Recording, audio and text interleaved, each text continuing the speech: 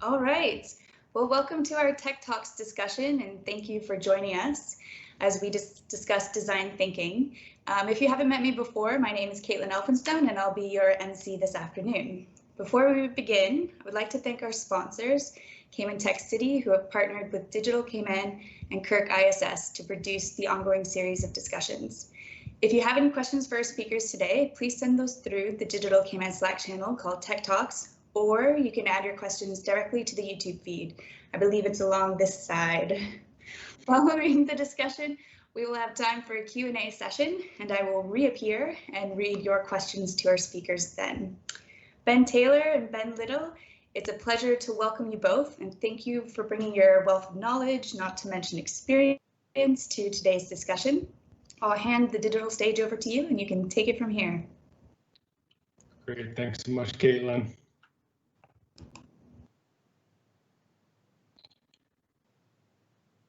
Excellent. Well, thank you so much for having us. We're really excited to be able to spend 60 or so minutes with all of you talking about design thinking. We certainly wish we were able to do this at the Wolf's Den because that's an awesome name for a place, but we will instead use the come together virtually, which is actually a little better because I think we were the only two who were supposed to be virtual in the beginning. So, we appreciate everybody attending. However you're able to join us tonight. Next slide, Ben. So in the time that we have together, there's a couple of goals that we want to make sure that we get through. Of course, the most important of which is that we want to introduce design thinking to all of you. Our expectation is that there's probably various levels of proficiency and familiarity with design thinking, but we'll sort of take it from the beginning and use this as an opportunity to really introduce the basics and also the areas that we think, going into the business competition, may be most relevant to you as you start to think about products and services that you're looking to design. Unfortunately, we can't turn you all into design strategists in 60 minutes. This presentation is actually excerpted from a larger 2 to 3 day seminar that Ben Little often leads. But we're certainly happy to talk with anybody after this if you'd like to learn more or hear about some of the areas that maybe we don't get to cover. And of course, to really drive home some of the points, we'll share different stories and lessons from our experience, from different companies that we work with and projects that we've undertaken. Ideally, these will help make some of the conceptual things that we're talking about more relevant and implementable for the things that you're working on. So again, really excited that you're all able to join us, and I think we'll have a great conversation over the next 60 minutes or so. Perfect. Ben, do you want to go ahead?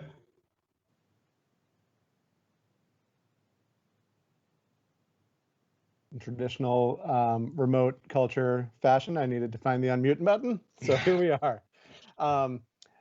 Nice to meet everybody. If virtually, I look forward to seeing where this business competition goes. This is a pretty exciting proposition. A little bit about who Ben and I are and whether or not we're worth listening to.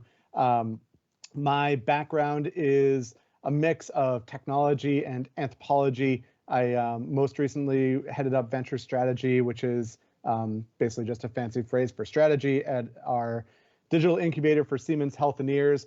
I also teach at MassArt in Northeastern here in Boston, where I live. If you might have guessed from my wearing wool, I am not on the island with you. So some of the companies I've gotten to work with down the side here, one of the great things about a fair amount of my career being in consultancy and agency roles is that I can pretty much look to these logos and say if they've done cool stuff, you can think of Ben Taylor and I, but anything that you might kind of question, we probably had nothing to do with.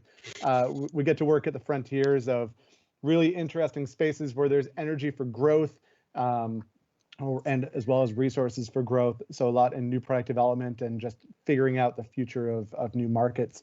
Some of kind of what my world tends to look like, as I mentioned, one of my core skill sets or roots actually comes in anthropology.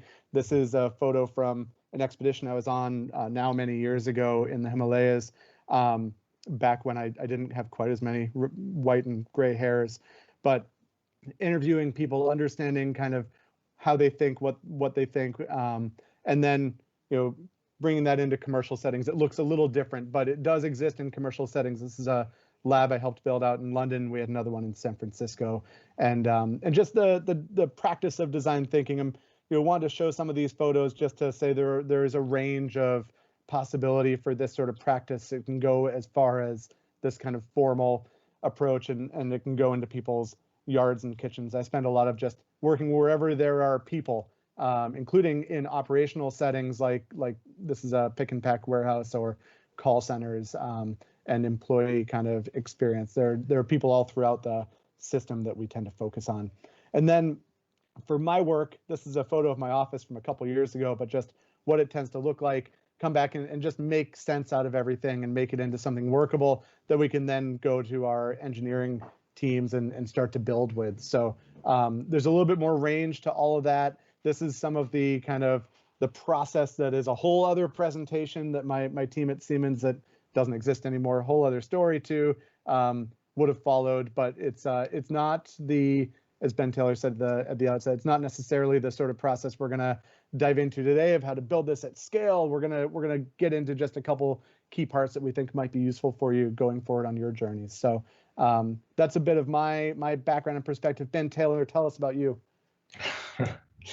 So Ben and I share quite a bit of overlap, but sort of formally, most of my career has been spent in innovation strategy and intellectual property, IP strategy related roles. And again, similarly, a mix of large companies, large multinationals to small startups. I've had a chance to work across the spectrum, and during that time, have founded a few of our own companies, both consultancies and products and services. I will say, whereas Ben is, has spent a lot of time, upfront, really with, understanding customers and ethnography, related aspects. One other area that we sort of work on a lot too, and I focus on, is sort of the end product. And so how do we take a lot of services and products and, different things that our clients create and turn those into, protectable items in the way of patents. So, we are able to work a lot across, from kind of early understanding of the customer through, how do we actually create the products and protect them all the way through. So it's, we have a lot of fun doing that. The next couple slides, Ben felt compelled to share a couple ambiguous slides of me doing things. So these few are really from, patent and IP related sessions. Everybody most likes of my a good work Post-it note slide, historically right? has always been, sort of client, located at the client, working in their facilities, really helping to pull out, what are, core solutions and, figuring out ways we can protect those. So the next slide, I was saying to Caitlin earlier, usually my family and I take an annual trip to Cayman in February. Very disappointed we won't be able to get there this February, but I do hope at some point in the future I have a chance to, certainly connect and meet with some of you when we are on island. So last slide again, much of my focus and much of what I work with clients on is really in that facilitative capacity. So, again, excited to be able to share our thoughts on design thinking with you tonight, and to answer as many questions as we have or are able to, in the time that we have this evening. So let's dig right in and kind of start at the very beginning here. So design thinking, what exactly is it? And if any of you have taken the time to maybe, look up the definition, or you've been curious about it, or perhaps, maybe you've been tasked within your particular organization or firm to see or think about whether a design thinking process would be right, you've probably seen something like this model. And this is one of, many different models that are out there, but I'd say it's sort of the baseline. It's the Stanford D School process that takes us through, empathize, define, ideate, prototype, and test. And while we can't unpack this full process tonight, what we really want to focus on are, two particular parts, and that's the empathize, which is really about understanding your customer, knowing their needs, knowing what's important to them, in the prototyping piece. And so that's, once you understand those needs and you are thinking about potential solutions, how do we actually go ahead and test those, and what are some easy ways? And again, there's a lot to unpack in this process, but at the end, when we finish, there are a few different artifacts that we want to leave you with, that we hope will help you, whether you're entering the business competition or whether it's just something that you want to bring back to your own organizations, to use internally. And so the real question is, when we think about the design thinking process, why is it that we want to bring, empathy right to the front? Why is it that we want to have this process potentially as part of the ways that we're creating our products and services? And the real answer is that when you are thinking in this way, it's really value oriented. You're trying, in everything that you do, in the way that you're shaping your products and services, you're pushing towards the customer. And as we think about, really any sort of chain that's linked to a product or service, there are certainly there's value in every step in that process. So if we were to think about something like coffee, it's coming off of the plant, it's sort of originating there. And then, as it goes to, next slide, it's going to go to, it's going to form into that, the bean, and it's going to originate as a commodity. And then from the commodity, eventually it ends up as a wholesale good. Somebody is purchasing this, and that there is value happening along this process. But at this point, it really hasn't touched the consumer in any meaningful way, other than it has just started its journey towards the consumer. But once we talk about from wholesale goods going to retail goods, there starts to be a value exchange that begins to impact the customer. So, if we think about retail goods, how does coffee end up in, grocery stores? How does it become something that, we as the consumer can start to physically consume, purchase? It starts to meet a particular need that we have. That does start to create value for us. We are willing to start, paying for that. We're willing to pay for different types of quality, as it relates to that retail good. So it, certainly it does matter where, things originate from. But once we get past the retail good, just the need to physically, consume or use something, then there are a lot of really interesting scenarios that could take place. So, as we stretch into services for our customers, so taking that, that physical or digital good and sort of layering something on top of it that starts to make it either more meaningful or experiential, we can again, charge more. It's creating more value. So providing different types of coffee, creating a unique environment in which the customer can consume that beverage. They're willing to pay more for that because it's something different than they can maybe otherwise get on their own. And then as we start to really push out, really into the sort of primary customer domain, how do we tie, what it is we do with an experience that goes beyond just the actual product? How do we make it meaningful? How do we make it something that they remember? How do we make it something that perhaps instills a behavior that they want to pursue again and again? These are where not only is it creating the most value for the customer, but it's also creating the most value for you in terms of pricing and other things that you're able to do, having created those products and services. So, as we go through the presentation today, you'll hear us talk. How do we continually, keep that focus on the customer? How do we continually push towards, really what is going to be the most meaningful product form or instantiation of what we're doing, so that it is reaching them in the most meaningful way? So, thinking of experience as that big word, where we've got the maximum value created, that's part of the why design thinking, why has this worked? And we've poked and prodded at this. It's one tool, right? It's one method or theory among many out in the world that we've used, that I'm sure you've used. And it's part of the question of why design thinking. Well, design thinking, we do think, has a special quality of orienting to that kind of point of maximum value, and that's the pivot point where a lot of innovative things happen, even deep in the supply chain, tech stack, what have you. So, what is innovative, or why is that innovation flourished and found ground to successfully deploy in a market? I want to just give one other example and introduce one of the kind of methods or frameworks that come out. If any of you have remember travel, I remember travel once being a thing. I used to show up in a city, or when I'd be showing up to my home city and face the taxi, and I kind of had this dreaded, repeating dream or nightmare of what a taxi ride is like. And this is a very, very basic journey line. It's how we tend to think in a lot of design thinking sort of oriented work. What are the moments along the chain of that experience that I can describe the experience from? And if anyone is familiar with the concept, psychology concept of the peak end rule, we tend to evaluate our experience based on the extremes and what the last moment is.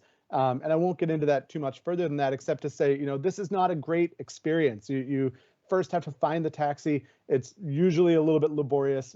Maybe it's raining or snowing, or I'm tired from my flight. And then, I get in, I'm giving directions. I don't really want to be giving directions. Half the time I don't know.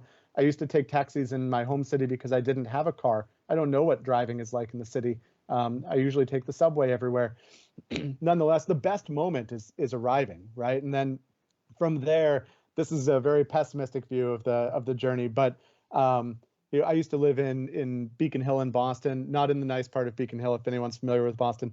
And one-way streets and narrow cobblestones and whatnot. And as you go to pay, you get told that the card reader is broken, and we'll go ahead and go an extra couple blocks to go to an ATM, and then sit and block that street for a second time while I wait for the receipt to be kind of hand scrawled on the back of a magazine or something of the sort.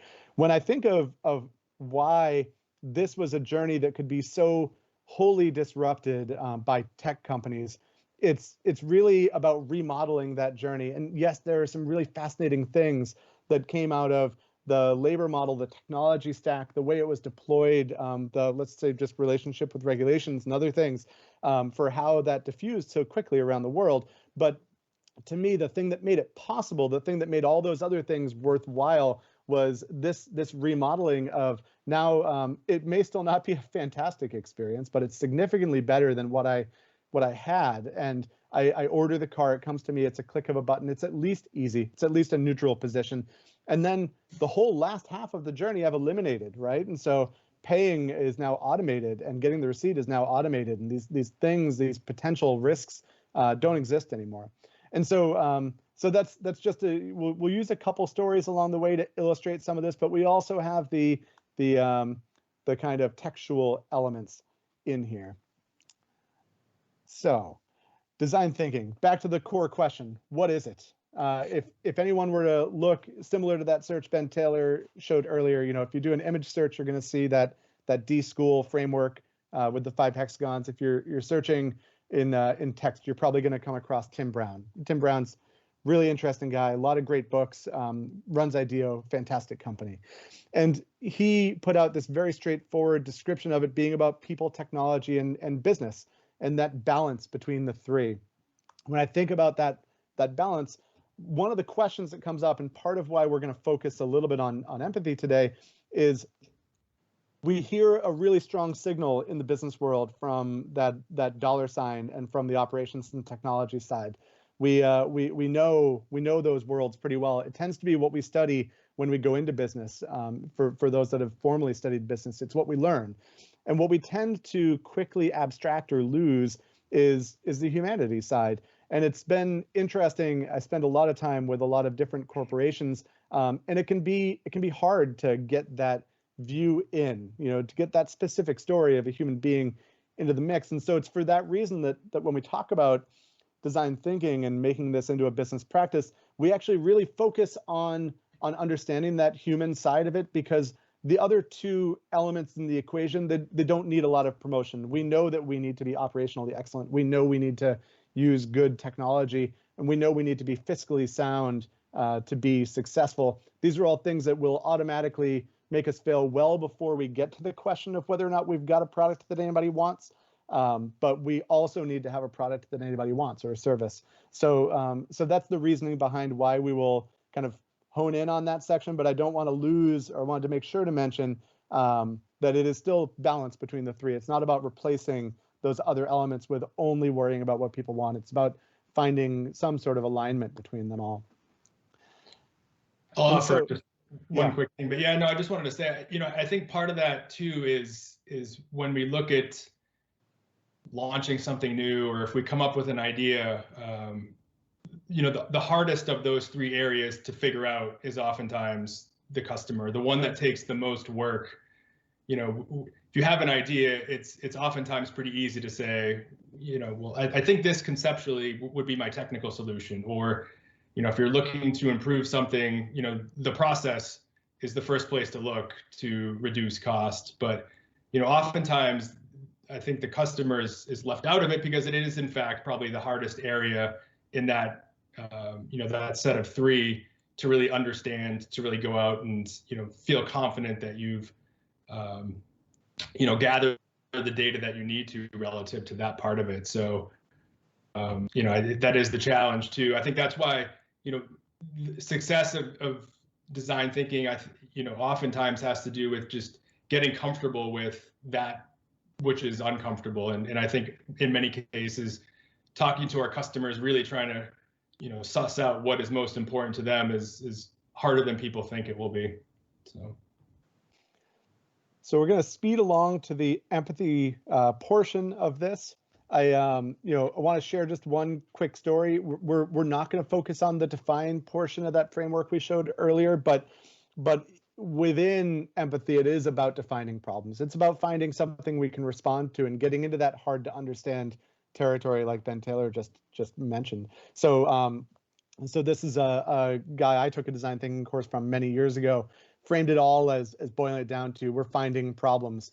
And ultimately, it's the problem that we're really focused on. When we were building the incubator at Siemens, we actually tried to charter our investments or our new ventures around solving a problem, because that's more how a startup actually operates, right? If you don't find that your solution is fitting the problem you're solving, you shift the solution. Not always what happens in a corporate setting, right? We will push the solution through to the market no matter what sometimes. But when we're really successful, we're able to maneuver and focus on solving this problem as well as we can. And so I've got just an example. I can't share too many details exactly about this project, but I got to work with this really cool company in Texas called H-E-B, very large grocery store. They have a huge amount of the market in Texas as well as northern Mexico. And on showing up to one of their stores, I took this photo and realized, wow, look, we've got the kind of modern food ecosystem parked in the parking lot of this large incumbent big player in this space. And working with H-E-B was great because they really embraced design thinking, and they had this question around defining the problem of how might we solve your meal tonight problem. And part of this is there's an American statistic that 70% of Americans don't know what they're having for dinner at 4 p.m., which is just astounding, and I'm totally guilty of it sometimes. But one of the things we did by interviewing people and empathizing with their circumstances, their behaviors, their situations, was really get into what are all the different versions of this problem? How do we actually modulate this to understand, for which person your could mean a lot of different things depending on who we're solving for. And in fact, that was one of the first territories we went into of, people who plan their meals and people who don't plan their meals. We serve them very different ways. Through which brand? A company like H-E-B has a lot of different brands at their disposal, a lot of different formats at their disposal. We could be all digital, we could be hybrid, we could be in store. And so all of this through to say that was how we defined the problem. And then one of the ways we actually tested the problem, and you'll see this come back, was as simple as just writing the notification that you might see on your screen. I'll use this again because it's one of my favorite ways to prototype. And what we're actually testing is just, is this moment real? Is this problem really one that needs to be solved? And how does this make you feel? Is this notification something you would actually react to? What would you do now? So very quick story from HEB. We're not going to share as many big corporate stories because I know we're talking about starting brand new businesses from scratch. So let's dive into empathy a bit, and we'll come back on a couple different stories for a couple concepts that Ben and I have explored or piloted ourselves. So how to talk to strangers. I know you've been told all your childhood and lives not to talk to strangers. So here we are now, and we're saying go out and talk to strangers. We're going to learn a lot from them. But the core of all of this roots in our ability to understand someone else's perspective. Very different from sympathy. We don't feel sorry for people. We really want to try to understand where they're coming from and how they think and how they view the world. And I often think of it along the lines of pulling the world into focus, right? The world is always out of focus. It's always a little abstract when we talk about something outside of our boardroom. So how do we get there? And just to throw a wrench in the works, one of the problems of getting there is that we can't actually entirely trust what people say either. So, I come from that anthropology background. If you haven't studied anthropology, you might have heard of this one anthropologist, of Margaret Mead, and I just love the saying she's got, right? What people are going to tell us and then what they're actually going to do, and then how they recollect what they've done or how they think they're going to act. All of it doesn't match. Now, there's stuff we can learn in that mismatch, that space between things, where we look at how somebody wants to be or how they want to be perceived and what they actually do. And those are all things we can untangle, and we'll keep digging into that because that's something of real value that you can help, particularly on consumer products, but also in B2B settings as well. One of the areas we sometimes think that we're going to solve this for is by listening better to our customers. And I am not going to tell you to avoid listening to your customers. It's something we should definitely do. We should absolutely listen to our customers. However, that can be its own sort of bias too, right? If we only listen to the people we already have relationships with, we don't know why the people we don't have relationships with don't have relationships with us. And in fact, not only that, but if we only listen to the customer success and customer service calls we get, we might only be responding to complaints, and that's really no way to build to the future. We need to respond to those to stay moving and fix problems, but it's not always all the guidance we need. And so how do we get that guidance and not be just reactive? It's really about getting out there and talking to strangers, talking to someone we don't know, and really getting into their head and their lives. As Ben mentioned, this whole presentation is excerpted from much longer versions of teaching design thinking and constituent kind of elements of the design process. And I got this Post-it note up on a feedback wall we had for one of them, and it warmed my heart to see, we put people out into Uber cabs around or Uber cars around San Francisco and just said, go talk to the drivers, understand why they're doing it and what their lives look like. And people came back and said, wow, I really just learned a lot about a totally different perspective from my own. And so I have to give a photo credit to my daughter here and thank her for helping illustrate a number of points, but she looks so pensive, like she's really listening to what I have to say. That's my drink, by the way, in front of her. But really a quick point to say, if I boiled this down to some really just imperative things we must do, we need to listen more in general, and we need to talk a little less. She also did that to herself, by the way. I did not put those socks in her mouth. I'm totally innocent here. She's a pretty funny kid. And so, when we talk to people, we're not trying to persuade them. We're not trying to sell them to work with us. We're just trying to understand where they're coming from. I'm going to take my headphones out for a minute here so you can hear this. One more. Why? She's really very handy for illustrating these points. So one of the ways we need to get to this is by constantly just diving in deeper. If you ask people, this question of why once, you might get a very kind of trite answer. It might tell you what they think you want to hear. You need to keep kind of digging under the layers to get at what's really happening and why are they actually behaving or thinking this way. And one just phrase we tend to use in practice is that sometimes reality is not something people want to represent. This is also my daughter in our living room getting ready for Halloween. It's messy. Life is messy. Sometimes it's not the portrayal I want others to see. So how do you get past that, and how do you get into people's lives and see the messy parts? Because that's what you're really dealing with. It's not necessarily what you're going to hear in a focus group or someone responding, on TV or Zoom. And here's one angle of how we can get into that. We can look beyond the words people say. We can look at the emotions they express. So I know we used to have a lot more body language. Now we've got kind of torso. We can see faces. There's still a lot you can learn over Zoom about how people are feeling and what they're thinking. The other aspect is looking for relationships to brands, looking for relationships to other people. These are structures that we live within and work within. We had an example we pulled out of the deck, but I'll mention it really quickly. When Coca-Cola launched New Coke, they did it with unbranded tests. And it's not an unbranded sort of launch. It's something where people do have a relationship to the brand. So again, it's all sorts of relationships, things that come in here. Ben, I think it may be stuck. Oh no. We're still on the video. You missed all of my delightful. We'll click through them really quickly. Looking good? Still, at least for me. Oh no. Still. I apologize. Let me unshare and reshare. Technical interlude. Does anyone have intermission music? We didn't know you were getting an intermission, but here we are.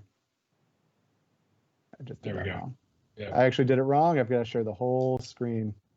There we go. All right. Let's try this again. We'll just click through my photos of Eloise pretty quickly here then, yeah? Look for emotion. Look for relationships. Thank you for telling me, Mr. Taylor. Of course. So what does this boil down to? Just a couple more points on empathy. One is this intention behavior gap. There is inherently a difference between who we want to be as individuals and how we actually behave. In talking about this, staying focused on my daughter and kids, every parent wants to be a good parent, right? Anytime I've worked with a product that involves kids and families and parents, it's a universal. Everybody wants to be a good parent. That doesn't mean that I am perfect as a parent, though. My daughter would be quick to tell you, she may come downstairs and interrupt me to send the point home, that I don't play with her enough. I definitely work too much. And getting into that gap, how do you resolve that for somebody? That's a gap we can actually work with and try to help people get to their real goals and get to that, fill in that gap. And that gap is one that when we define the problem, when we get to what people are actually after, we can start to think of new and innovative ways to serve that real need. And so this is probably, I'm sure a lot of people have seen this quote a lot. It's still a favorite of mine, even for being well tread. But how do we help people, is it a drill or is it a service that makes holes in the wall? Or, of course, you can ask, why do you need a 1/4-inch hole, right? So let's take a step back and look at something that's a relatively universal product of the bicycle. When I think about the evolution of this really uncomfortable looking penny farthing, it looks very different as it evolves throughout the century or so into a device for speed. If I'm going into a race, I definitely don't want the penny farthing. I probably want something like this.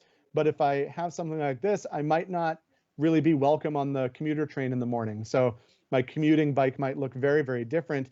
And that still is not a very good bike to take my kids on or deliver a pizza on or what have you. And frankly, this guy looks in the most pain to me. But I definitely wouldn't take the exercise bike for a speed race, nor would I. This sort of speaks for itself, right? If my goal is exercise, this is a great product. It's probably not good for any of the other scenarios. But so that sort of problem focus, I want to hand over to Ben Taylor to dig into now one of our kind of stories to share. Sure. Yeah. So as much as we like to share this stuff, we're also practitioners in the sense of we're constantly looking at our own lives and in our environment and trying to find those problems and experiences that we can maybe address. And so one venture that we've been working on for a couple of years now is a company called Squirrel. And really the genesis of Squirrel was, at the time I was living in the home I live in now in Vermont, and Ben was in Boston. And I had essentially lost a room in my house to children's clothes that were not even close to the age of my two girls. We had a 4-year-old and a 1-year-old, but I had, a room full of 8-year-old clothes. And I was lamenting to him, this is crazy. Like, I need this stuff. I want it, but I just don't want it around me right now. And similarly at the time, Ben was in Boston with his family, in an apartment, trying to deal with, a similar amount of stuff just encroaching on his life. And so, we started to think, this is an area where, our stuff oftentimes doesn't have another place to go. It's either in our environment or we have to get rid of it. It's not like going to a coffee shop to be able to work or to go, exercise somewhere else. It's either deal with the clutter or, send it away and just get rid of it. And of course, that could be going to self-storage or something like that. That may not be, the right fit for the amount of stuff that you have. So we started to think, really what is, are there services, is there a service that we could develop that would help us, move out the things that we don't want at a time and then return it when we do. And so here's, for us up here, and I assume, pretty much everywhere, Christmas decorations are or holiday decorations are a great example. We use them for 3-4 weeks out of a year, but otherwise they tend to clutter up, space that we might have in our house. Next slide, Ben. So, when we think about storing stuff in an attic, it can look like the former slide, or especially in today's environment, where we're all working from home more. This is what an attic may look like now, or maybe what we want our attic to look like now because we need the extra space for work or to teach our children, or just for other purposes. And it's not a space that we want to use for storage anymore. Next slide, Ben. So the idea is, and this is not a new concept. There are different instantiations of this, and we've started to explore different models and things of that sort with respect to Squirrel. But there is an interesting convergence, right, between our need and our interest in doing something and other services that we're seeing in our life. And those things are starting to set our expectations as well. And, when it comes to stuff and, sort of our consumption of it, most often what is happening is stuff is arriving at our house, in the form of, packages delivered every day, but very rarely does it actually go out. And so there is, we started to think, there's not only a need for stuff to go out, but there are likely a variety of ownable moments that people have in their lives, where it is the right time for stuff to go out or stuff to go back. And those things could be sort of milestone related, like, holidays or, specific, birthdays or events or, holidays. They could be, sort of seasonally related, summer clothes and winter clothes, skis and other items. So there are a variety of scenarios in which, we would want where this exchange could potentially happen. So, we started to explore this idea, and if you go to the next slide, Ben. And so next is, well, this sounds good to us, but, how does this work, and what does it actually mean for other people? And so we have a few different examples of these, but, really for us, it was about creating a quick, website, getting the information up and sort of understanding how people respond to it. This was an early website for Squirrel, just describing how the process works. And, our goal was to understand how people would respond to this sort of service. Does it conceptually make sense? What do they think of it? If we asked them if they would participate in this sort of thing, would they?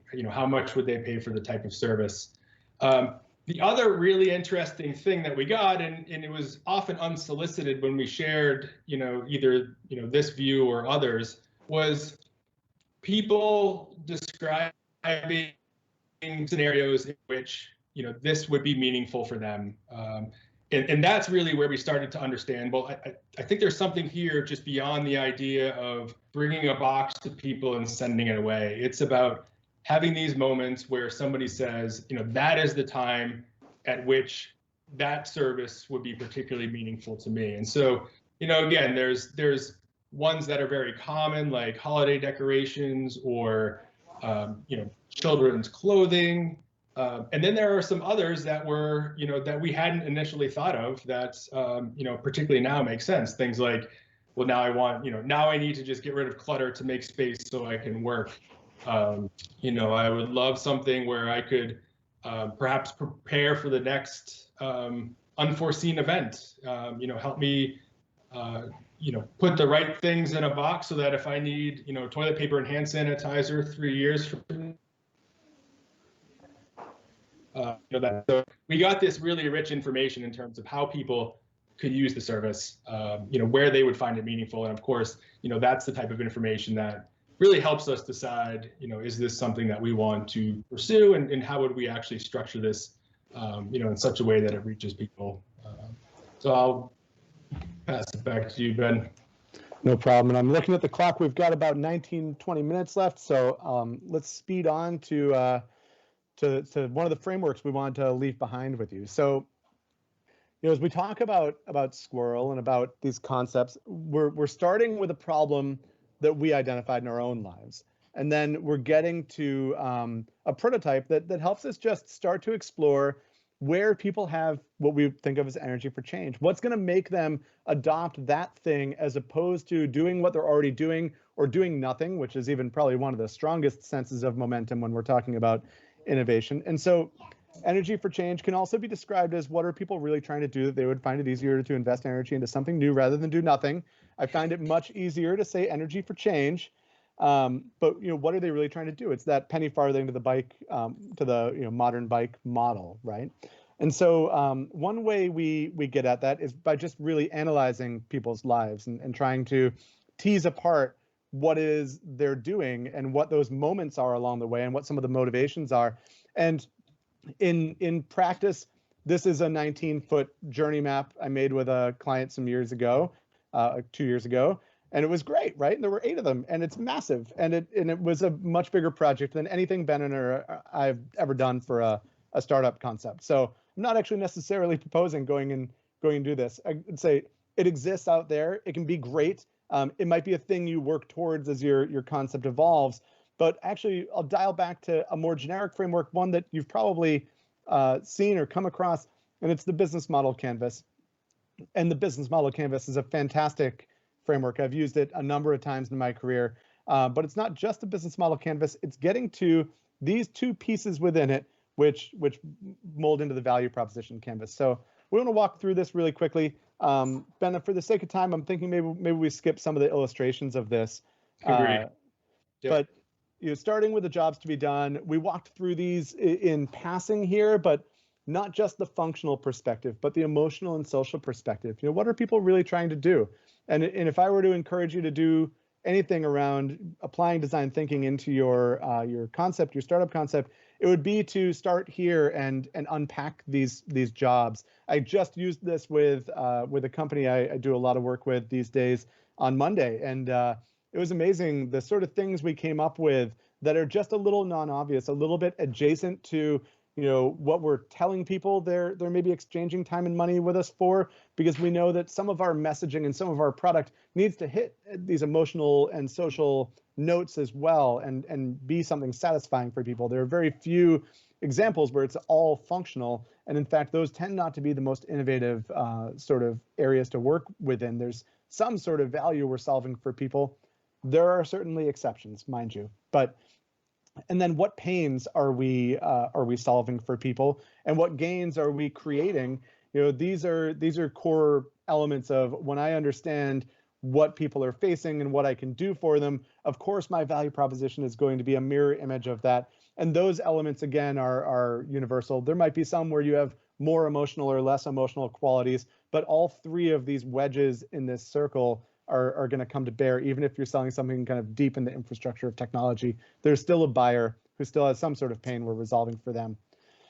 And so before we look at the other side of that spectrum, we kind of represent the first half on empathy and the other half on prototyping. So let's talk about prototyping, and we can give a couple examples of just bringing things to life and why we do it. This is a concept Ben and I have been kind of batting about for the last few, really just weeks. It's kind of the hot off the presses version. But for anyone who follows news in fintech, you may have seen that Simple is closing, Simple, the neobank. And circulating in the kind of fintech enthusiast circles was this spreadsheet, this Google sheet that went around and helped make the point that searching for banking products is really hard. You have to go and do it yourself to come up with a comparison that has any meaning. Most banks don't necessarily want you to do it, particularly in geographies like the one that we live in, where banks are bundled. It is an integrated experience, and nobody wants to unbundle that experience that's already in the market, because that's part of how the market is just structured. But seeing this sort of, you'd call this a consumer hack. This is people creating their own experience. We came up with, I must admit, and you'll see it on the next slide, why we came up with this before the news of Simple closing, because our first prototype has Simple right at the top. But what would a marketplace for financial products look like? And this might look like an app baked out. We named the company Hummingbird, hence all the little hummingbird icons you see around here. And what might a search experience look like? Just the act of putting it down on paper, it made us think through things. It made us think through the concept and evolve it in ways before we even went out and talked to more people. Well, what does a buy button look like? What does a buy journey look like? And what happens when you click one of these buttons? People don't shop for financial products all that frequently. What do we need to do? Is it actually a nudge sort of moment? Well, maybe that gets us to thinking about that this is more about monitoring my accounts and looking for efficiency around rate and fee. And so then it gets over to that right-hand screen of how do I actually log what accounts I have in here and start to think about where I might gain efficiency in my financial makeup of demand and deposit accounts. And so, or deposit and lending accounts, I should say. And so, that got us to an even simpler prototype of, I mentioned earlier, the notification is one of my favorite prototyping mechanisms. I work a lot in digital, primarily in digital these days. And, and looking at, well, here's something I can just put onto my own phone and hand to somebody and say, what do you think of this? How would you react to this? And those are just pictures. We made this in Keynote. It's not, we have some design skills, but we're not designers. And so downloading one of those Keynote templates and just saying, or PowerPoint templates, and just building it in a way that you can put it in your photos and load it on your screen, and it looks real enough. It's really about this pastiche kind of model of building something that's just believable enough to bring it to life. So now we have the other side of the canvas. What are the gain creators we need to accentuate? In the case of Hummingbird, it's about that, that moment of savings and creating efficiency and being told now is a moment to actually pay attention because you're paying too high of a rate compared to what the common rates are, right? That becomes a gain creator, and similar to the pain reliever of, I know I'm probably not paying attention to when I should refinance my long-term debt well enough. I kind of trust that a broker might reach out to me. They won't always. So now I can actually alleviate that pain by knowing that somebody's got my back, or I've got my own back with a good tool. And part of that helps define then what do the products and services, now we do also say positioning, need to be within this. Ben, did I miss anything? We still tracking okay? Yeah, no, that's great. I'm taking my headphones out again. I'm going to risk it for one more video of dear Eloise helping us illustrate a point. So it froze again. Oh man. I'm gonna go without videos. I'm gonna stop trying to use multimedia over international boundaries. Well, in this, you would see Eloise squirting herself in the eye several times before it finally lands in her mouth, and she has such a look of happiness. This is sort of the realm we want for prototyping. We want small, acceptable failures to help us learn our way to the solution we're looking for and the solution the market's looking for. And a metaphor I tend to think of this is jumping out of a plane, right? You saw the paper airplane before. Think of that spread from the paper airplane to getting into a real plane and getting to the edge and jumping out. Before you take that leap, you probably don't figure it out in the air, right? You probably figure it out in something like this, where you get a sense for how the harness feels and what posture you need to take at the door, thank you to my friend Mitch for illustrating this as we got ourselves ready to jump out of a plane. And that happy landing, that's a matter of learning in the right context, learning in the right moments, so that you have affordable lessons instead of very, very expensive failures. You don't want to learn as far down the investment kind of cycle. You want to pull those lessons into the present as much as you can. When Ben and I were in consulting, we thought of this, or we used this phrase quite often of what we're seeking is the minimum information to make the next right decision. We don't need to become subject matter experts, particularly when you're in a consulting role, but I would say, when we're evaluating a couple different concepts, you've heard about even just two that are in orbit for the two of us. We're not full-time on those yet, right? We're evaluating different concepts. We just want to push them along to get the next decision to decide what's worth committing to. And so I think I have time to tell one last story before we go to questions. And this is a story that complicates this proposal of being action biased. But in prototyping, we're saying get out there, build, just start building, start learning as quickly as possible. But I'm going to tell a story from Siemens of one product that we built and launched. So we were trying to build products in a way that were closer to startup thinking, and that's why we built an incubator.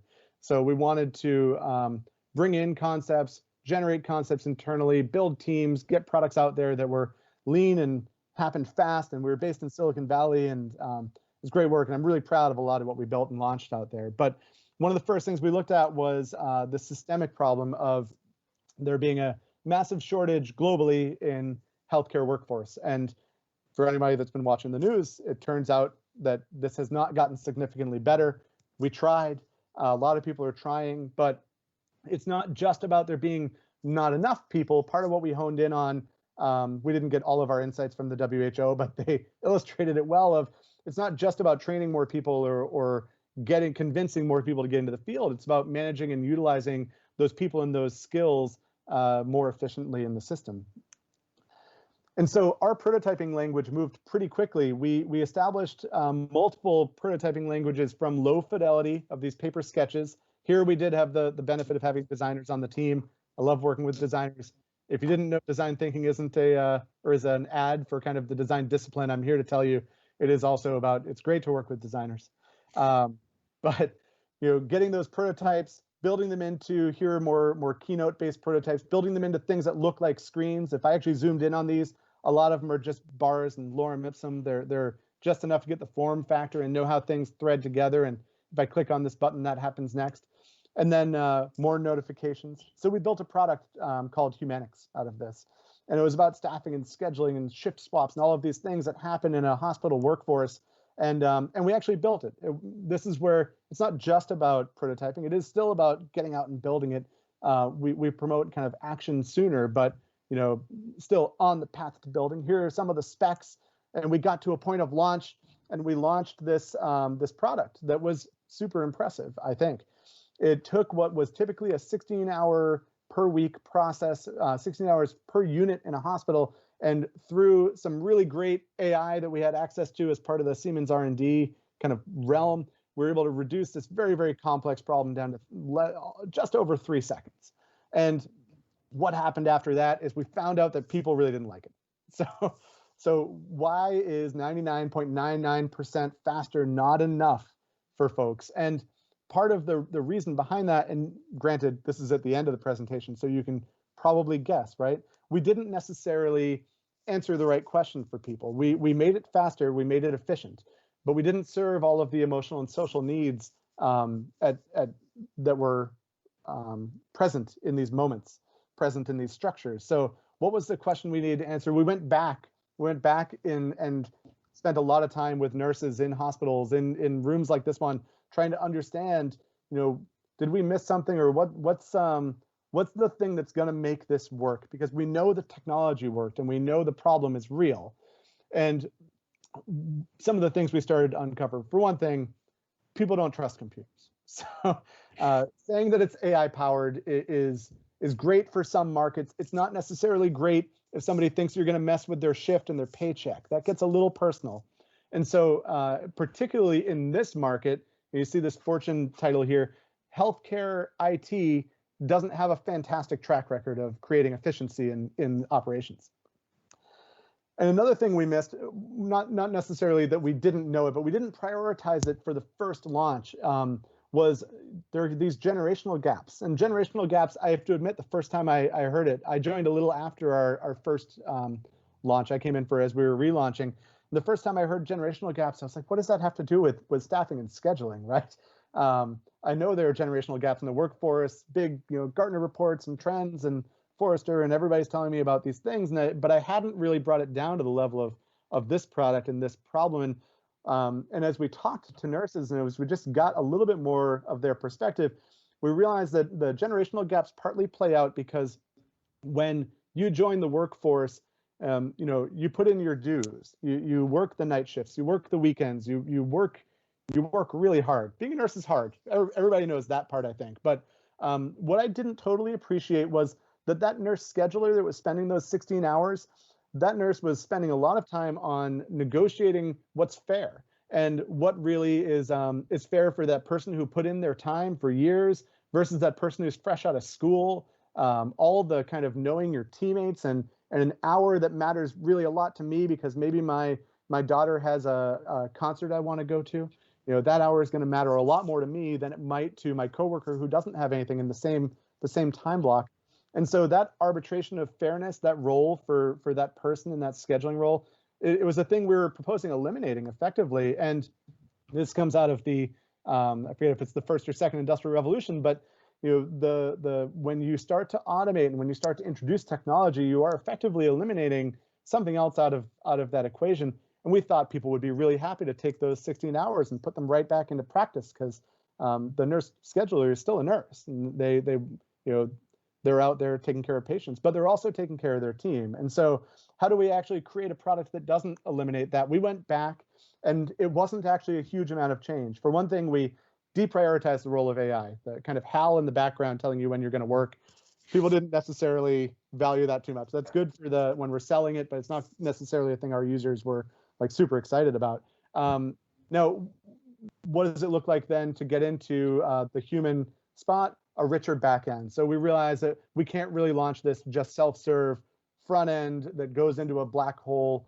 We needed to create a space for that nurse scheduler. And yes, maybe we don't eliminate all 15 hours, 59 minutes, and 57 seconds of efficiency we created, but the thing we're adding back into this model then is something that people really truly valued. So as the story of design thinking help untangle a pretty massive investment and get us kind of on track to a product through continuous prototyping and empathy in dialogue with one another to get to something that we were really, really proud of when we were able to launch it. So what's the lesson out of this? One of the lessons is just kind of some rapid fire lightning round closing remarks here. If your market is a hostile environment, don't do kind of the cut flower sterile environment test. It's not enough. If you ask people, will you buy this? Most people are polite. They're probably going to say yes. If you put a website like the website that Ben Taylor showed for Squirrel and you see, are people going to sign up for this? It's very different clicking that buy button, putting the time and money behind it. So how do you get that reality infused into your prototyping and testing as quickly as possible? Websites are a great way to do that. The other is working as low fidelity as possible. So you're exploring a range of concepts and you have a limited amount of poker chips to allocate. You want to spread those out across the board. You don't want to put them all on one because that one may or may not be the thing that works. So how do you actually discover the thing that works? You go a little bit broad and you narrow in carefully as you get closer to building, to launching. Of course, you can't stay in ambiguity forever. It is a controlled burn, but controlled burn. And then just general kind of slideshow of, you can find these templates online. Feel free to draw them by hand. You don't need to be an artist. Some of the prototypes I've made, being an MBA anthropology guide, this is one I drew. It's not great. It's okay. You just need to represent it in reality. And then you need to get people in front of it. So, again, these are things that an average person can draw. And for some reason, I don't exactly know why, but most prototypes seem to be made at 2 a.m. in hotel lobbies. I'm not sure. It's just my experience. It seems like you spend the whole day kind of developing that understanding, and then when it finally clicks, it seems to be when you just can't possibly grapple with what was the question again anymore. So so what we're building here is that prop to go out and gain deeper understanding and continue the process of filling out this back full circle. So we're right on time. Ben Taylor, any of your thoughts? No, I mean that's a lot of great information. I hope, I know we're right at the end of our time here, so I hope everybody, was able to, pull some lessons and, ideas out of this presentation. I just wanted to take a second to thank all of you for joining. Certainly, Caitlin and the whole Cayman Enterprise City team, we've had a chance to work with CEC for about the last, 7 or 8 years now in various capacities, and we always enjoy the opportunity to come and talk with everybody. So yeah, I think with that, Caitlin, maybe we'll open it back up for some questions. Excellent. Awesome. Okay, so the first question, Andrew asks, how can we co-design or iterate when working remotely, whether due to COVID during a lockdown or due to physical isolation from global clients? So how do we do this process when we're working remotely and far away from teams? That is a great question. So there are two kind of forms of co-design or participatory design that come to mind for me. One is co-designing with clients, and you mentioned clients. So in a setting like that, I remember at Siemens, one of my favorite proposals I put out was, let's go and set up a lab in the cafeteria of the hospital because everybody goes through there and we're just gonna like catch every nurse and physician and administrator along the way. And I don't think they would be okay with us doing that right now. So I appreciate the challenge with that. It's certainly, I think everything takes a little longer right now. So I actually have spent a good portion of this week in a co-design process with a large financial institution. And for us, that meant just a bigger glut of prep, a lot of mural boards, a lot of us really thinking through in much more careful detail than we typically do, what is the design sprint going to look like to explore these concepts and come to some conclusions. And I know that I'm giving kind of a tool answered basis, but it's definitely not perfect. The other is co-designing with end users, and I'm a really big fan of participatory design, of getting with end users. I don't know that I have a great answer to that. It's certainly possible. I mean, I think one thing is we're all in this experience right now. So getting somebody on Zoom, bandwidth can still be an issue depending on the population you're serving. But people are a little bit more familiar with getting on Zoom or on Teams or on video with you to get into a topic like this. I've also been really amping up my love for some platforms that have already been trying to get into kind of digital for understanding people's lives, diary studies platforms that I'm going to blank on all the names right now. Like D-Scout is one, and Vidlit is another. There are a few out there where you can start to connect with people and have them, take photos around their house or around their life and just give you their thoughts. Again, still not perfect. They're going to self-filter, but it's amazing what people will start to share with you in those settings.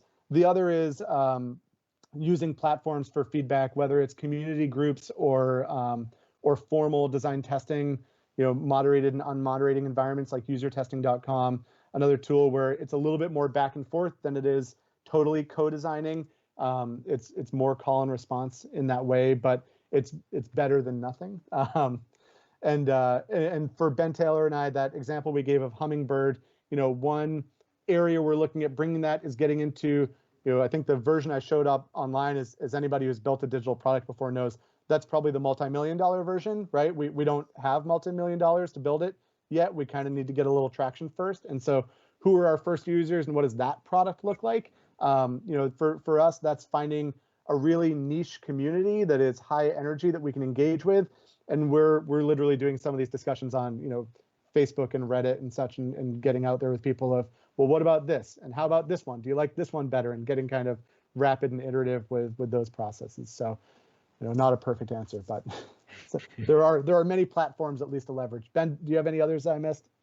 I mean, I have a bit, the tool answer is sort of part of mine as well. And, I have some recommended platforms that we've used. I will say too, I think this is as much of a kind of a tool related or a technology related answer, as well as, kind of almost an operational, answer. And so in some respects, one thing we've done is I found that kind of the structure of meetings have changed. So whereas before we were getting together in rooms for 3 or 4 hours, and it was sort of semi-structured. We just had a goal towards the end of, doing this while we were working together.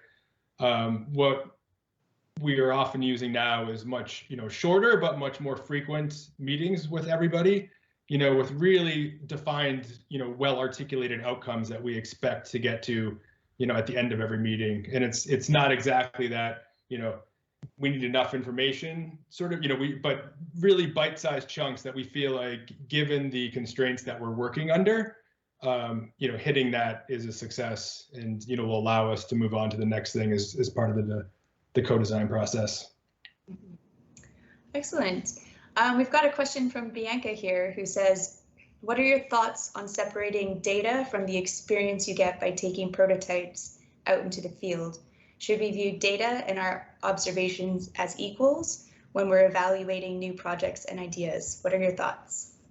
It's a great question and a great word to introduce here. I've actually, in some settings, when I get in front of a technology company, let's say, and I say, I'm here to talk about feelings, it's not necessarily a language that people are going to be able to engage with in those settings. And so I've actually really been leaning to talking about data, as opposed to talking entirely about the human-centered process, because a lot of what we're working with, it's termed as phenomenological data. It's data that is treated in a different way, and it's less structured, but it is on a spectrum of data. And so for me, that spectrum kind of perspective, if you put qualitative or phenomenological data on one end of the spectrum, it's the most unstructured, it's the most subject to certain types of bias that we have to manage. And you put on the other end of the spectrum the very quantified transaction data, traffic data, those sort of things that have maybe less meaning but higher reliability. And if I have them work together, that's the richest environment I could possibly imagine. So I'm a very big fan of using the whole spectrum of data, everything I can get my hands on. In terms of, and I'm just thinking about the way the question was asked, and I want to make sure to cover bases too. In terms of divorcing data and kind of fielded prototypes, I think there's also a potential that you might have been thinking in terms of like connecting is that prototype kind of real? Like, is it something that people can actually interact with? And I'm not totally sure, but just in case, there's a fake door kind of concept, or there's a story we actually didn't share when IBM was testing speech to text back in the late 50s and early 60s.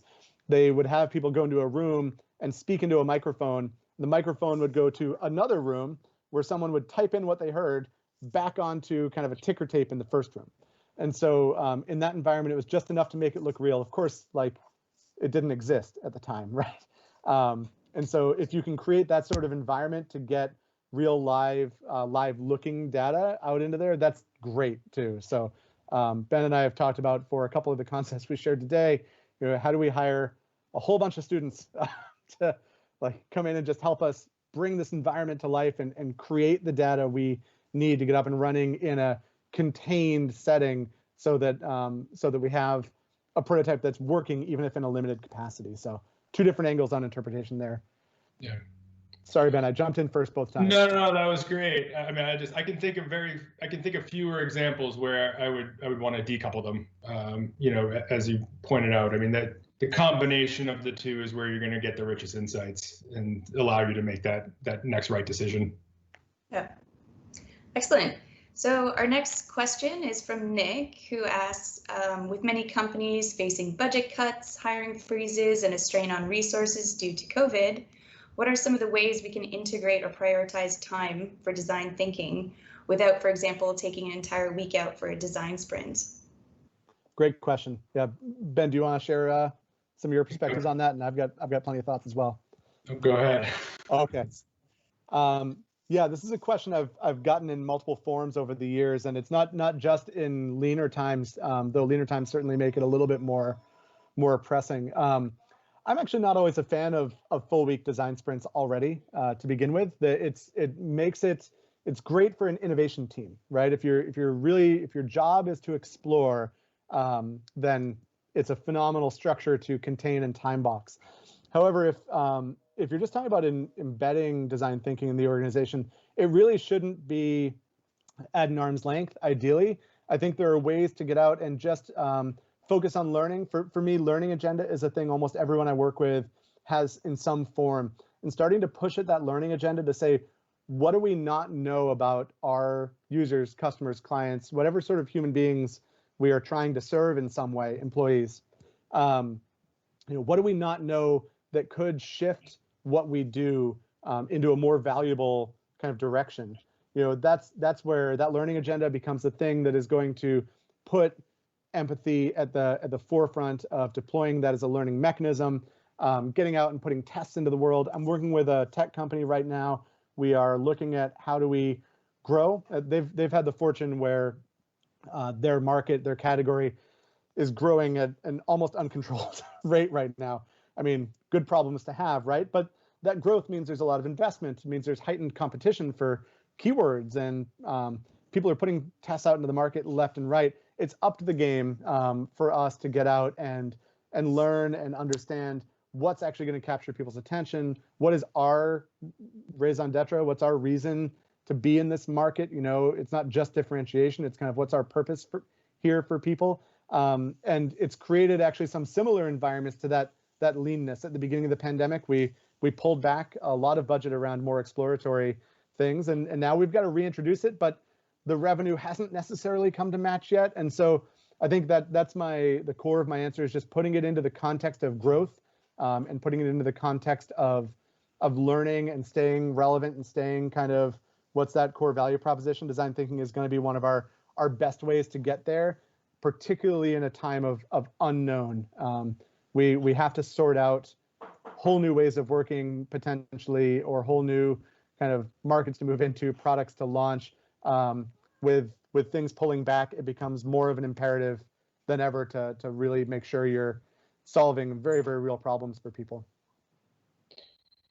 Yeah, I'll offer a couple other things. I think by nature of the consulting work that we've done over the years, a lot of the domains that we've practiced in have been ones where companies have said, well, like, maybe we could bring this in as a function, and so can own this. And what we've found is that in general, when you give, whether it's IP or certain aspects of innovation or certain aspects of design to somebody and make it 5% of their job, it just doesn't get done. So, I think the question's a really good one, right? Because the ultimate goal is to get people just thinking about this as part of the overall way they are doing work. And so in limited resource times like we're in now, I think another really effective way to do it is to maybe, pick one area, to be able to just pick one project that you could work on that would fit the particular budgets that you have, attribute the right resources to that, and then really use that project, and the outcomes of it, assuming success, as a way of selling the broader, pitch of design thinking. So while it would be great if, this could immediately come into, all projects and all areas that need it, that's more than likely not the case. So there very much is this, let's create awareness, let's put it into practice, let's show success, and let's continue to complete that cycle until, 2-3 years from now. This is, just part of the way that we do business. Yeah, fantastic. All right, well, we're running out of time here, but before we wrap things up, do you have any final thoughts you'd like to share? I wasn't prepared for that question. Ben Taylor, what do you got? Yeah, I think, for me, it really does come down to,